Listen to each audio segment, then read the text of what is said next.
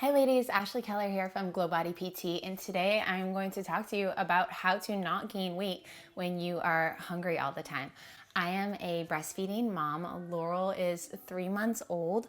I am on week 8 of my 12-week post-pregnancy plan, and I'm nursing my 4th baby. So I know what it's like to have intense cravings, to feel like you are hungry all the time, and to have that concern of how do I not gain weight when I'm hungry all the time?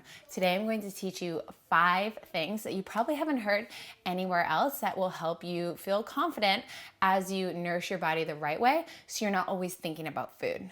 I am pretty strict about only eating breakfasts that fill me up until lunchtime. This is going to look differently for each woman, but I don't snack anymore between breakfast and lunch. I ensure that I eat something really satisfying. In typical Western culture, most people picture breakfast as a bowl of cereal or maybe a couple of frozen pancakes, a Pop-Tart, a bagel, a muffin.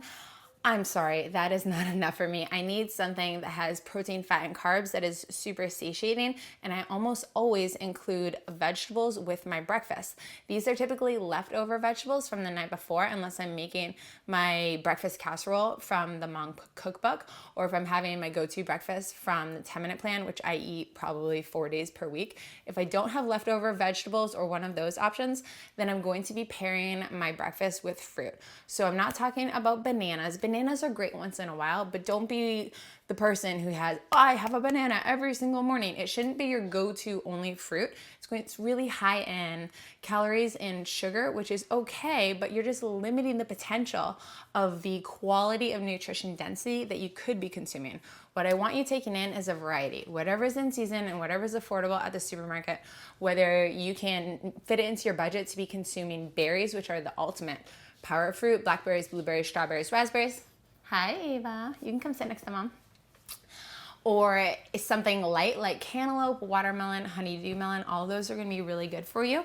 Try to get in something different like kiwis, pears, plums, peaches. Our bodies crave variety and they will thrive. So get a super nourishing breakfast that fills you up every single day so that you're not snacking between breakfast and lunch. This is important, and you may not like me when I say it, but I want to tell you that it is okay to feel hungry between breakfast and lunch. Your body is supposed to feel hungry sometimes. We are in a world where we're marketed to, where if you're hungry, you need this quick fix. You need the drive-thru, you need a takeout. You need to satiate your hunger with this quick fix prepackaged bar. That's not how our bodies were designed to function. It's okay to be a little hungry now. It's okay to be hungry at 10:30 and have lunch at noon. And if you are really not, if you're like, hey, no, I'm really starving, I just did my workout, this is different, right? If you did maybe a mid-morning workout, then sure, follow that up with a peanut butter and banana, but your body doesn't need a snack between breakfast and lunch, and it's okay to feel hungry, and it's actually good. It's the only way that you'll learn how to eat more intuitively and naturally is when you can truly register your body's signals of actual hunger versus boredom grazing. You actually can wait between breakfast and lunch. And if you can't, that's okay, but try to make it your regular norm. Second thing is to identify your trigger habit time. If you are someone who works outside the home, most commonly, your trigger habit time was when you come through the door, you drop your bags and head straight to the pantry or the fridge and just eat because you're starving. That's a pretty normal thing for someone who's been working all day, and I used to be just like that when I was in the Army full-time. I was starving when I got home because then you have this block of time before you have dinner ready. And if you are someone who's a stay-at-home mom, which I stay home with my babies, I'm blessed to be able to do this right now, and for most stay-at-home moms, that trigger time is the lull in the day. It's typically after lunch, sometime between lunch and dinner, but usually closer to lunch, during quiet time or during nap time, where you just have a space to breathe for yourself for a second. That tends to be a trigger time when you want to just go on a snack train. The other time for moms that I found most common is in the evening, after all the kids have went down for the day and you finally have a little bit of time to yourself. It's really easy to have a bowl of ice cream and then get a bowl of Cheerios and then maybe a couple chips and then just a grab of this and a grab of that. And you know what I'm talking about when I say you're on a snack train. It's like, you know, your body doesn't need more calories at that time, but it's almost like you can't stop. Like you've started and you just want a little bit more of this and a little bit more of that.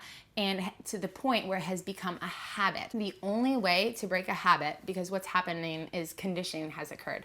When you have something sugary or something sweet, our body gives us an insulin spike of hormones. That insulin spike in turn triggers a increase of dopamine hormone. Dopamine hormone is the one that makes us feel happy. So when you've conditioned your body to get that insulin spike followed by dopamine at a certain time every single day, guess what? It's as addicting as a drug. You will literally want it that same time every single day, which can be incredibly frustrating. And none of us have the willpower in the moment to change it. So the only way to stop this conditioning is to recondition yourself. When you are in a good place, like right now after this video, I want you to write down when your trigger time is, follow that up with what your new habit is going to be. A good thing that you can replace it with is a big Honeycrisp apple. They're nice and sweet. They have a lot of volume, but good healthy fiber and antioxidants that's going to fill you up without keeping you on that snack train. After you have the apple, you're done. Maybe in the evening you can replace that with hot tea, which is what I've done. That was kind of my trigger time. I have a hot tea every evening, me and Luke do, and we enjoy it. I love the throat soother and bedtime teas. I like ginger tea. I don't drink green tea in the evening, but I do enjoy it. So find one that you love and make it a habit, almost like a ritual. Like I do this every evening in the night because I don't want to be having sugar right before I go to bed. This gets me to number 3. Your body doesn't need food in the 2 hours before you go to sleep at night. Nighttime is absolutely crucial for janitorial work to happen.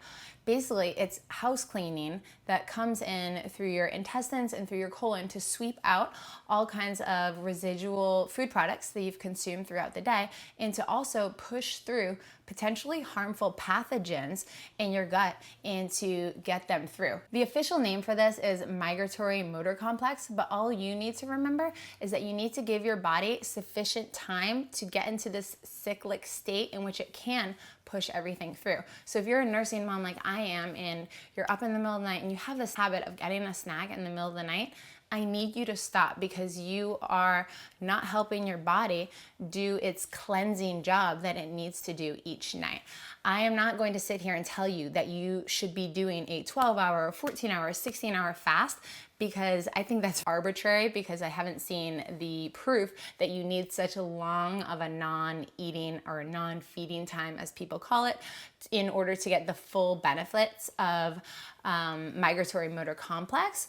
But it is really healthy to not eat in those last 2 hours before you go to bed, because if you are having brownies or cookies or ice cream right before you go to bed, which I am totally guilty of doing, especially when I'm pregnant, but if you make a habit out of that, what happens is your body is going from this position, nice and active during the day, to this position, the prone, flat, lying down and sleeping, when your metabolism is much lower and your food is just going to kind of sit in your digestive tract and not get pushed through and used as usable energy, and it's much easier for it to be stored, which we don't want in our body. So make sure that you're eating when it's daytime, when you're up and active, and not be trying to squeeze in food at the very end of your day. Number 4 comes with a confession. I used to be completely addicted to Diet Coke. I know. Every day when I was in the Army until about age 26, I would have a Diet Coke every single day. This started since I was in childhood when I grew up working at my mom's hamburger diner. I continued to drink that Diet Coke for so many years. I felt like it helped me not snack or not eat as much, when in actuality, I was having some of the most intense sugar cravings of my life. And when you look at the science, it makes sense. Artificial sweeteners that are made in a lab, such as aspartame, I'm not talking about honey, maple syrup, real sugar, coconut sugar. When you are getting artificial sugars that are labeled as 10 calories or 0-calorie drink, but you know it's sweet, this is tricking your taste buds into having a heightened desire for super sweet foods, because this can be 50 or 100 times sweeter, this sugar that's made in a lab that has 0 calories, compared to regular sugar. When we have a normal cookie, we'll still want more and more and more and more, because our body is not regulated anymore. We have this heightened sense of desire that we need something so sweet, so it makes us consume more calories than we want or need and feel less satisfied. Even if you have 3 cookies, you might still want 8. And that is a result of having artificial sugars in our diet. I used to chew gum a lot as a way to stay awake and focus in college. I also did that pre-race just as a habit. I would chew gum. The problem is that just like a dog salivates, if you were to hold a T-bone steak over a dog cage, the dog would just sit there salivating because their enzymes are preparing to eat something. Similarly, when you are chewing gum, enzymes in the stomach are already breaking down because it is part of the digestive process to have those enzymes that break down food. Problem is, you didn't eat anything, which in turn is going to make you hungry or have more cravings later because your body thought you were getting calories, but you weren't because you were chewing gum or sugar-free gum. The last one that is really important before I get Miss Ava down for her nap is be faithful in motherhood. And that can look like a lot of different things. I certainly do not believe in good works being my salvation. I know what I'm saved for. I'm saved by grace alone.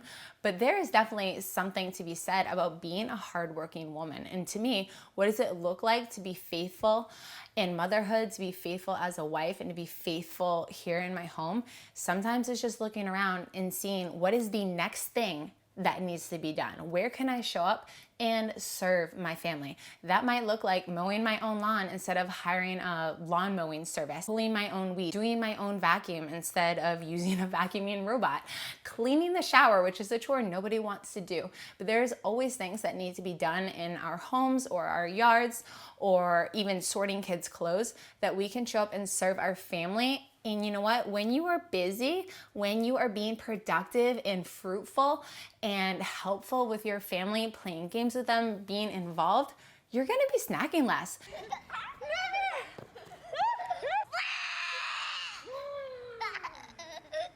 Because when you're busy, you're not as hungry. We can all attest that. Be productive, be active, see what is the next thing that needs to be done in my home. Because when you have less free time, you're going to spend less time walking over to the pantry, raising in the fridge, eating foods that you know you don't need. Ladies, this is something that I could talk all day on, but I really hope that at least one of these tips spoke to your heart, that it is something that you can apply in your own personal life. And I implore you, please leave your tips in the comment section below, because women will be reading and benefiting from your experiences for years.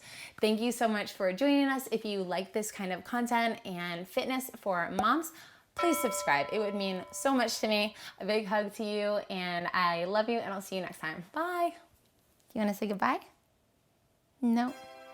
Nap time.